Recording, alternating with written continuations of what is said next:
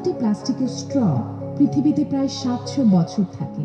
নগরায়ন ও শিল্পায়নের প্রভাবে দূষিত হচ্ছে পরিবেশ, যা কয়েক গুণ বাড়াচ্ছে প্লাস্টিকের অতিরিক্ত ব্যবহার। এতে অস্বাভাবিকভাবে ঘটছে জলবায়ুর পরিবর্তন। এমন বাস্তবতায় বুধবার বিশ্ব পরিবেশ দিবসের অনুষ্ঠানে অংশ নেন প্রধান উপদেষ্টা ডক্টর মোহাম্মদ ইউনূস। বলেন, যুদ্ধ বিগ্রহ এবং পরিবেশ বিপর্যয়ের কারণে চ্যালেঞ্জের মুখে আছে মানুষ। জীবন বাঁচাতে পরিবেশের ভারসাম্য রক্ষায় জোর দেন তিনি। আজকের পৃথিবী নানান রকমের সংকটে জড়িত। যুদ্ধ বিগ্রহ, প্রযুক্তির ব্যাপক প্রসার, অপব্যবহার আমাদের সামনে নানা রকমের চ্যালেঞ্জ সৃষ্টি করেছে।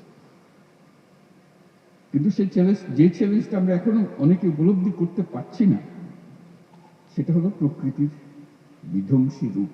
আমরা আমাদের পরিবেশ ধ্বংস করে ফেলছি। সাবধান হন। আমাদের দৈনন্দিন জীবনে প্রতি মুহূর্তে মনে রাখতে হবে,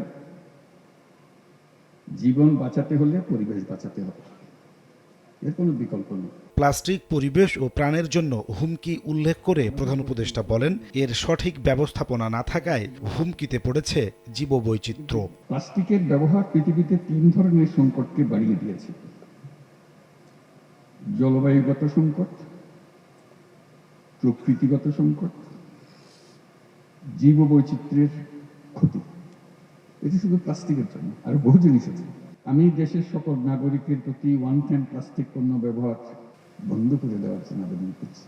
দায়িত্ব নেওয়ার পর অন্তর্বর্তী সরকার পরিবেশ ও জীববৈচিত্র্য রক্ষায় বেশ এগিয়েছে জানিয়ে এই কাজে তরুণদের এগিয়ে আসার আহ্বান জানান ডক্টর ইউনূস। আমি দেশের তরুণ সমাজের প্রতি আহ্বান জানাই, জলবায়ু সংকট মোকাবেলায় এবং পরিবেশ দূষণ রোধে তোমরা তোমাদের কার্যকর ভূমিকা অবশ্যই রাখবে। নিজের মধ্যে এমন সংকল্প করতে হবে যে আজ থেকে আমি আমার দৈনন্দিন জীবনে কার্বন নিঃসরণ শূন্যতে নিয়ে আসবো। পরে চীনমৈত্রী সম্মেলন কেন্দ্র প্রাঙ্গণে জাতীয় বৃক্ষরোপণ অভিযান 2025-এর উদ্বোধন করেন প্রধান উপদেষ্টা ডক্টর মোহাম্মদ ইউনূস। নাজমুস সালেহী, সময় সংবাদ, ঢাকা।